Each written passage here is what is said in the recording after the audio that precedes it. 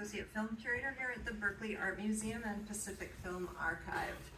This year, as with previous editions, we've thoroughly enjoyed working with the great team at Mill Valley to be able to present films and welcome filmmakers to our Barbro Osher Theater. Tomorrow we just have 3 festival screenings left.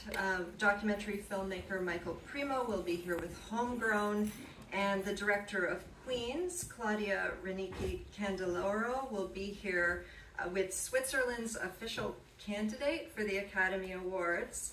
But this evening I couldn't be more happy to be presenting Payal Kapadia's beautiful All We Imagine as Light.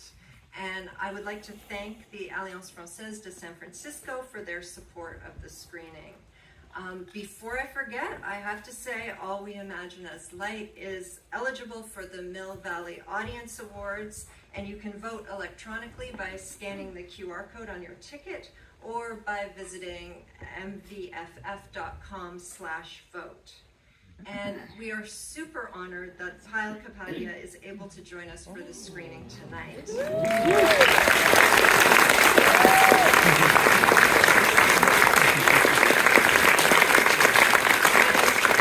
Just by way of introduction, I'll say Kapadia is a Mumbai-based filmmaker and Mill Valley Film Festival's 47th edition Mind the Gap Award winner.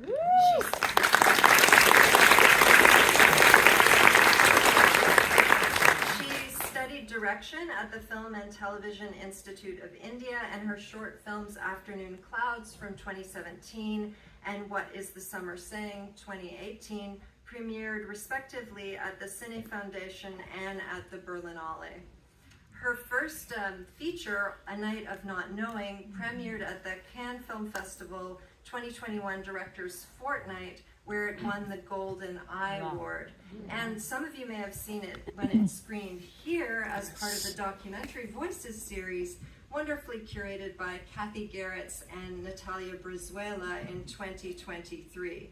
And as many of you probably know, All We Imagine as Light won the grand prize at this year's Cannes Film Festival. So we're super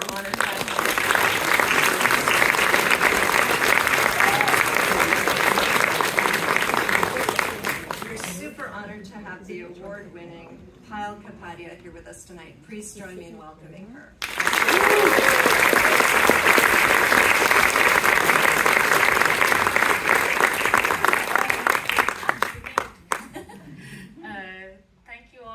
Today. It's really a beautiful cinema. It's actually a black box. Nice. I'm really happy to be here. For my previous film, A Night of Knowing Nothing, I could not come. So it's nice that I can present this movie here to all of you. It's been a first for me because of this film. It was the first time that I came to the US last month, and first time I'm in this area, so there's a lot of first, and it's nice that you make a film and you get to discover so many different places and get to travel with it and discover the world. And with this film also, I will be presenting a bit of my part of the world to all of you. I will say a little bit about the film before we start, but I will also be there for a Q&A after, so just a little bit.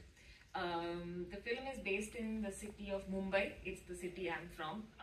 I was born there. It's a city where those of you who are not familiar with India, it's a very cosmopolitan city because a lot of people from all over the country come to live and work there. I guess it's a bit like New York or any big city like that. But India is a very diverse country, and we have different states, and each state speaks a different language. So you will hear a lot of languages in Mumbai, and it's a very important part of the city for me at least. And we really don't understand each other, so they're very different languages. So that's one of the aspects in the film. So when you watch it, you will see that we've tried to mark out the different languages that are there. And some of you who might be a little bit more sensitive to language will notice it when it comes from time to time. The film is set in it's about two nurses from the southern state of Kerala. So they speak Malayalam in the film. Are there any Malayalis here? No. Okay. So they predominantly speak Malayalam, and there is also Hindi and Marathi as the two other main languages in the film, and then many other languages come in and out and float as you hear in a city, So that's a little intro to the language, and it's set in the monsoon season in Mumbai, which is a very particular season, and it rains a lot. It's torrential rain. It's cloudy and muggy, and you feel like you're in a soup. So there are only two seasons in the western part of India, which is monsoon and not monsoon. So it's hot. It's like, I will not say 32 degrees because you all say in Fahrenheit and I don't know what it is in Fahrenheit. So it's set in the monsoon season, so you will see a lot of blue and rain in the film. Okay, that's it from me.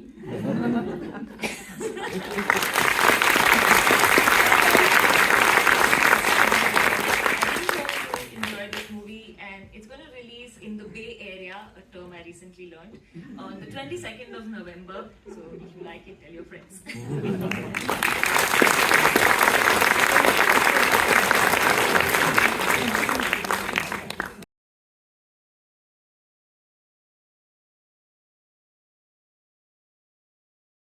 But it feels very based in reality. You really feel the world of these characters, and I was just wondering if you could just say where the story came from, what inspired it, and a little bit about how it came to be. Reality is full of romance. but it's often in movies they forget about the reality and just focus on the romance, and I like how this is so balanced. Well, the film, firstly, thank you all for staying. This film I started writing many years ago, when I was a student at the Film and Television Institute, and I had to make my diploma film, what we call diploma film, which is like your final 20-minute film. And I was in two different medical situations with family members, and I was kind of going back and forth and spending a lot of time in the waiting room. And when you're a student filmmaker, everything is very interesting and you want to make a film there. So I started thinking a lot about this mise-en-scene of the hospital, because it's a place where you find a lot of women at work. And I wanted to talk about people, as in women and negotiating the city. And I think maybe I was also at an age where I was going to, finish film school and start work, and those thoughts were perhaps there in my mind. But when you start writing something, and then it becomes much bigger than the 20-minute film. And then somewhere I also became very obsessed with the city and all the contradictions of it, and that also found its way in the film, and somehow it became much longer than a 20-minute diploma project. It's amazing. And at what point did you become involved with the film? When I met Payal, actually, which was in 2018. I saw a short film that she has directed, and What is the Summer Saying, in Berlinale. I have very long titles always. And yeah, I just was really drawn to this work. I didn't know why, but I went out of the screening, and I was with a friend, and I told him I have to work with this director. And back then I only had produced a short, but I was really sure I don't know, it was like a real revelation. So I reached out to Payal, we met, we took some time to know each other, to understand how this collaboration could work, because at first, she was living in India, I was from France. And then, we started working on it. So in this time, in 2018, she was like, and what was good is that she got in the residency in Paris at Ciné Fondation in 2019 already. So she was there like for 5 months and a half, just before pandemic. So it was really good because we were in the same city and we could really work and spend time, like, I don't know, playing with the, how do you say, post-it? For the script. I remember this session in Cine Fondation doing like, the script and stuff. Yeah. And then after that we made a film before this film, so that also. Yeah, and then there was this image that she had shot when she was a student, so the film that released before A Night of Knowing Nothing, that she showed me and my associate Julien, so she showed us the footage and we were like also like, wow, let's work on this too. So we did like the first feature of Payal and we continued like developing this one, and yeah, we did the two in this 6 years of collaboration. Well, I mean, both of them are incredible works and quite distinct from one another, but they still have a relationship in their themes of solidarity, I think, both the films. Are there questions from the audience? If so, you can raise your hands and we'll bring you a microphone. There's one right here at the front. To start. Front row is not the best position. Very high up.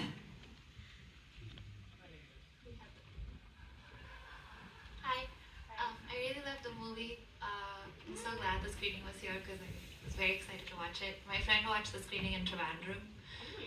Yeah, the IFT one. I was just wondering, because I was asking him also, like about how did you navigate the whole censorship thing in India when you did the screening? And like, I love how it's shot because it's like really capturing a lot of moments that like are very hard to portray like back in India. So yeah, this is huge props to you, and also like that's really wonderful. So that's a valid question. For those of you who don't know, we have a censor board in India, and before releasing any movie, you have to get the censor to clear it, and they are quite notorious. So sometimes scenes get cut out or random shots get removed, lines get removed or changed. So this was definitely a fear for me, a big one, but they didn't cut anything. Wow. They gave us A certificate, which means only it's 18 and above, but really I don't think children will enjoy very much. So yeah, I think it worked out, and I don't know, I have this feeling that it could be because of all the international attention the film got, that it would have been, I don't know. This is how I feel, but I could be completely wrong. In my mind. Thank you. There's another question right down here, unless I'm missing one up here. Oh, yeah, we'll go here and then we'll come down to you. You put your hand up higher. What's the point of your height? Hi, I just wanted to know the cast. Was it non-professionals did you cast and a mixture of professional actors? No, they're all professional actors. They're just really good.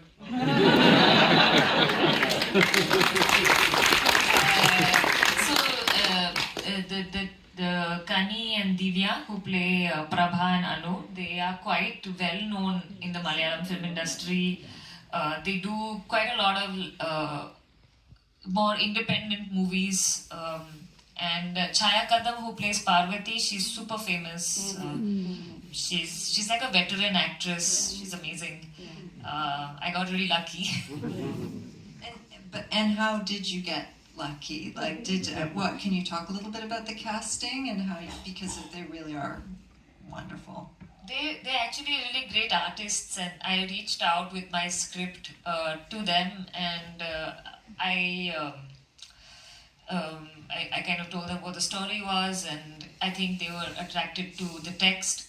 So we started kind of meeting and talking and doing some scenes out together. That's how I like to work, and also to spend time with people, because there is certain politics in this film, and I didn't want it to be that somebody is just coming to act and as a job, because none of us were working like that. We were all very committed to the project. We were all very committed to the politics of the project. So I was keen that everybody who works there I can be part of the discourse. So they were definitely that, and they are really like hardworking and really committed artists. So I was, yeah, it was really great that, and we spent like 3 weeks together doing like workshops because just I don't speak Malayalam. Which I don't know what kind of crazy idea I had to make a film in a language I don't speak. I had a very good associate director, Robin, who worked on for 2 years on the dialogues with me, and we really kind of worked on how it should sound, how, you know, which word in Malayalam feels like it should sound like this, and then we did a lot of that. And then when you have actors also who are so committed, they also started thinking about the dialect and, you know, like for example, Anu comes from the region of Palakkad, so she has her own slang. So these kind of things they worked on their own. Parvati comes from the region, their Chayaji comes from the same region as Parvati. So she brought in like the Ratnagiri slang into it and made a lot of the lines her own. So yeah, it was like a collaboration. Wonderful. I think there was a question here. Here. Seriously. Yeah, I just wanted to say I was really struck by the film because I think the first thing that I thought about is that you have caregivers that basically are giving to other people and they don't have people caring for them. And also this issue of migration and, you know, within your own country and just feeling a bit foreign in your own country. And then also the intergenerational relationship between the older woman and the younger woman and the sense that you have to choose your own happiness. I guess my question to you is, how much of it was intentional and how much of it just unfolded subconsciously where you just like, wow, it just happened and I didn't really think about it. So I'm just really curious. Your first part was about the migration was very central to the idea of Mumbai that I have, and it was very much part of what I wanted to do in the film. And the character of, say, Dr. Manoj and him feeling alien in that space because he cannot speak Hindi, which is a real problem. I would not call it a problem, but it's a struggle for a lot of people to not feel alienated because of language.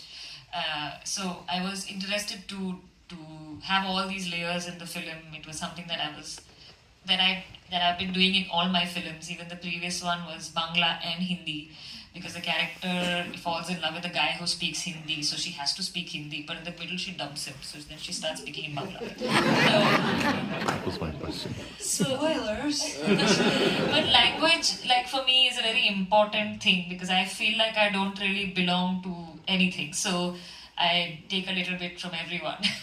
At least, coming from Mumbai, it's a bit of a khichdi. So that's like a, I don't know, risotto?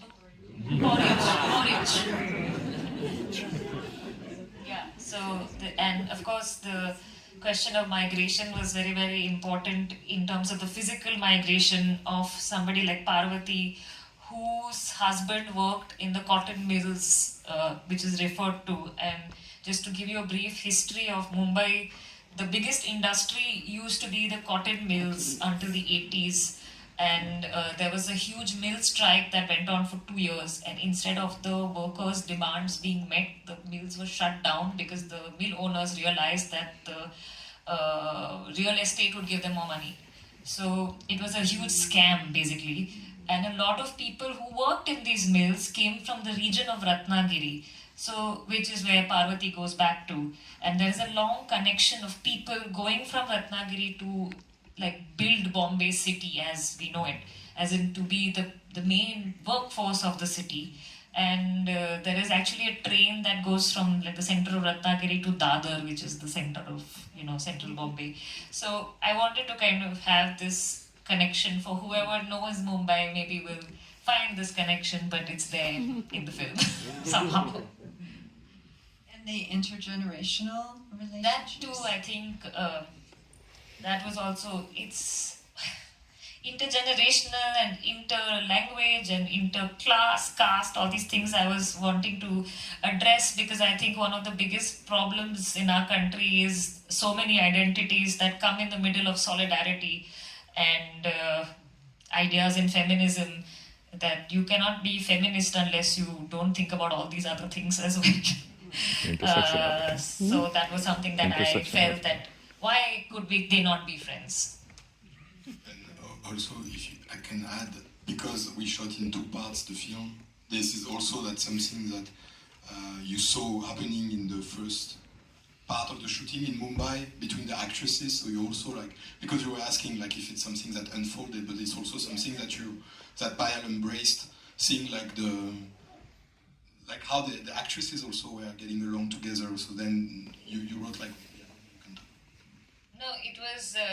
I wanted it to be like a friendship between Prabha and Parvati, and Anu sort of not being that much part of the fold until the second half. But they were so great together that it became even more fused. Yeah, that's a good point. The microphone, I think, is over here. Hi. Thank you. This was such a great film. I was wondering if you could talk a little bit about the cinematography, the night cinematography especially. I've never seen Bombay so beautiful. And and all the reasons that you said earlier about the language and everything, of course, makes it even more so. But the photography was one big one. I will tell the cinematographer. I think that, when you work in Mumbai, the day goes in working and the morning goes to travel to work. So the evenings you might have. And I think it's true of all big cities. And just to let you all know, in Mumbai, the sun sets all the time at 6 o'clock or 6:30 max. It doesn't change like in other countries. So that time would be the time that you are free and that you explore the city. You go to eat kebabs would be the evenings and the nights. So I wanted to show Mumbai in that light, in the evenings and the night, which for me are romantic because darkness gives you refuge to do things. So it's a very Mumbai thing, no? I don't know if anybody's from Mumbai here, going to the park and kissing. And the thing is that we also go to the sea and sit at the rocks at the beach. But in the monsoon you can't. So you have to go to the park where they're playing football. So that's very much part of Mumbai life. I think there's a question. So wow, Payal, this is spectacular. I have a question. I am hearing that time was very much part of the process, and so I have a multiple choice question. You pick.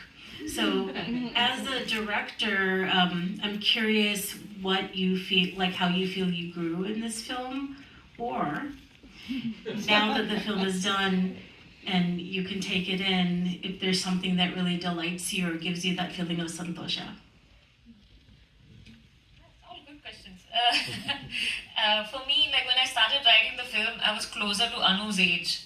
And I had a different kind of angst, I feel. And then it took a long time to make the film, so I went closer to Prabha's age, and I think I became more compassionate to that character and found myself making a lot of mistakes towards younger women who are my friends, being not always the best I could be. And somehow that wove itself into the script, and it's kind of self-reflexive as well, where I'm thinking to myself, why did I respond in this way sometimes? And that's something that I wanted to talk about. And the second question about what made me happy I think the non-fiction parts in the film were not written in the script, and they were really based on trial and error. And I was shooting a lot of the city just to shoot with a small camera, not even the actual A camera. And I had done a lot of interviews before the film while I was writing for 2 years, and I felt very it was very nice and craft kind of for me to put these two things together and try it out. And actually that's not answering post the film was ready, it's still a process question, but I'm a very process driven person. I really like to continuously tinker.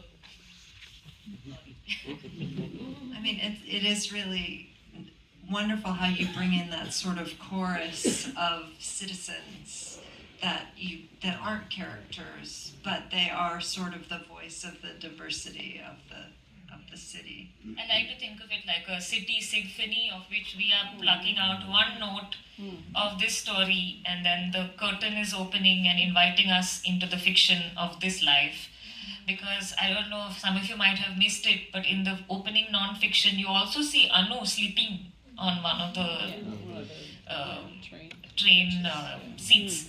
So, and you've never seen her before, so you don't know whether she's a character or she's one of the ladies we shot before, or she's just part of that. So, yeah, we'll make more films with more notes from this. It's wonderful. Is there another? Oh, right here. First, I was somewhat confused by her husband coming back, and I didn't know where he came from, and then she didn't recognize him right away. Was he really coming back, or was that an image that was created for her to let him go, because she was letting the marriage go? And a second, I was in India for about 5 weeks in the 1980s.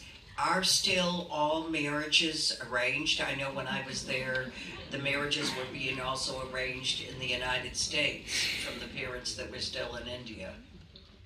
Yeah, so it is.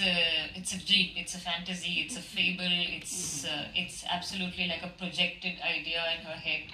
Because for me, the husband is not as important as her idea of the husband. Right. And for her to let go and sort of purge this man literally by breathing life into him and then saying bye. So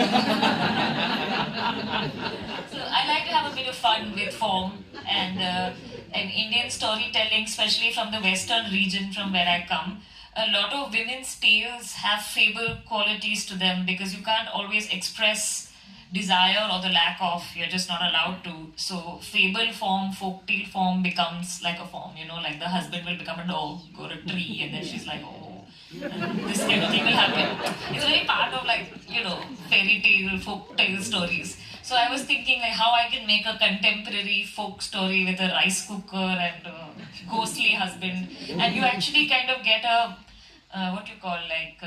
tree something to it when the old lady in the beginning of the film is talking about the visits from her husband's half ghost, and that's a kind of a premonition of what is to come, what kind of film it should be. So that is to clarify. And I mean, arranged marriages are quite the norm in India, no? Like it's they're very much part of our lives, and of course there is a lot of people who don't do it, but yeah, marriage is very, everybody's really into marriage. And the point of arranged marriage is basically to perpetuate caste, because you have to make sure that your caste is not given up by you marrying out, and usually the woman will be the one who will lose the caste if she marries a different religion or different caste. So there's a lot of control over this caste business, which is the problem really.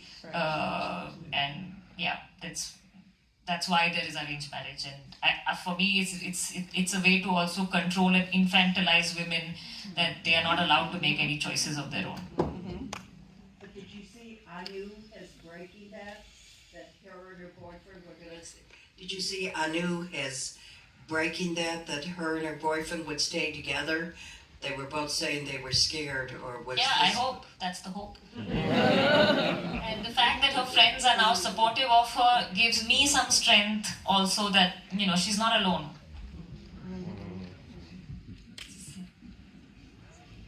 And are there any more questions, comments, observations?